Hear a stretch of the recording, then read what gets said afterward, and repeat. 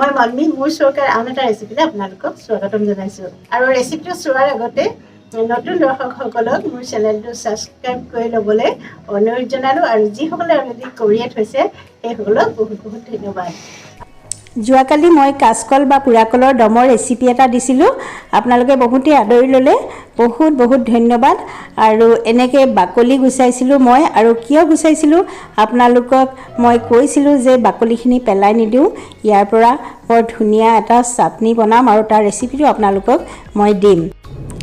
আজি মই সেই ৰেচিপিটোকে লৈ আহিছোঁ আপোনালোকৰ ওচৰলৈ। আৰু যিসকলে কাচকলৰ দমৰ ৰেচিপিটো নাই চোৱা, মই ডেছক্ৰিপশ্যনত লিংকটো দি দিম, আপোনালোকে চাব। আৰু বাকলিখিনি চাওক মই কেনেকৈ গুচাইছোঁ। এনেই কাচকল সাধাৰণতে আমি যেনেকৈ গুচাওঁ তেনেকৈ নাই গুচোৱা, গোটেই বাকলি ওপৰৰ যিটো কভাৰ থাকে গোটেইটোৱে গুচাই দিছোঁ মই। এয়া চাওক, আৰু এনেকৈ কাচকলৰ বাকলি গোটেইখিনি গুচাই ল'ম, গুচাই পেলাই অকণমান সিজাই ল'ম।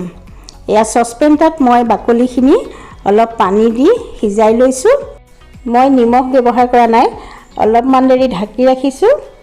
প্ৰায় 6 মিনিটমানৰ পিছতে এয়া সুন্দৰকৈ সিজি গ'ল। মই অলপ দেখুৱাই দিছোঁ চাওক। এইখিনি এতিয়া থৈ পেলাই মই চাটনিৰ বাবে কেইটামান নহৰু, এটুকুৰা আদা, 6টামান কেঁচা জলকীয়া আৰু কেইটামান কণবিলাহী পুৰি ল'ম। এনেকৈ শলাদ দিয়ে কণবিলাহীকেইটা পুৰি ল'ম। প্ৰায় 2 মিনিটমানহে লাগে কণবিলাহী পুৰোঁতে। আগৰ কেইবাটাও ভিডিঅ'ত দেখুৱাইছোঁ মই। এয়া পুৰা হৈ গ'ল, গেছ অফ কৰি দিলোঁ।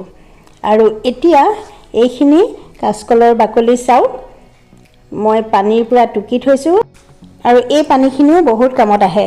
যদি কাৰোবাৰ কেতিয়াবা লুজ ম'চন হয় বা পেটৰ অসুখ হয়, এনেকৈ কাচকলৰ বাকলি সিজাই পানীটো খাবলৈ দিয়া হয়, তেতিয়া পায়খানা টান হয় বা পেটৰ অসুখ ভাল হৈ যায়। আৰু এতিয়া কাচকলৰ বাকলিখিনি এখন চামুচ লৈ পেলাই মই মঙহ অংশখিনি এনেকৈ ৰুকি লৈছোঁ, একেবাৰে উজু। এয়া চাওক, চুৰি বা চামুচ দি পেলাই আপোনালোকে মঙহ অংশখিনি এনেকৈ ৰুকি ল'ব। একেবাৰে পাতল ছালখনহে থাকেগৈ। এনেকৈ সকলো বাকলি মই মঙহ অংশ গুচাই ল'ম। এটুকুৰাতে যথেষ্টখিনি ওলাইছে চাওক। এয়া গোটেই বাকলিখিনি মই মঙহখিনি এৰুৱাই ল'লোঁ, আৰু সকলোবিলাক দেখুওৱা নাই, ভিডিঅ'টো বহুত দীঘল হ'ব। আৰু এটা মিক্সিৰ কণ্টেইনাৰ লৈ পেলাই গোটেই যিখিনি ৰুকি লৈছিলোঁ মই কণ্টেইনাৰত ভৰাই ল'লোঁ। এয়া চাওক যথেষ্টখিনি ওলালে। আৰু তিলৰ গুড়ি দিছোঁ 2 চামুচ।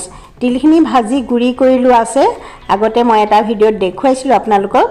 এয়া কণবিলাহী পুৰিছিলোঁ বুলি কৈছিলোঁ, সেয়া কণবিলাহী দিছোঁ কেইটামান।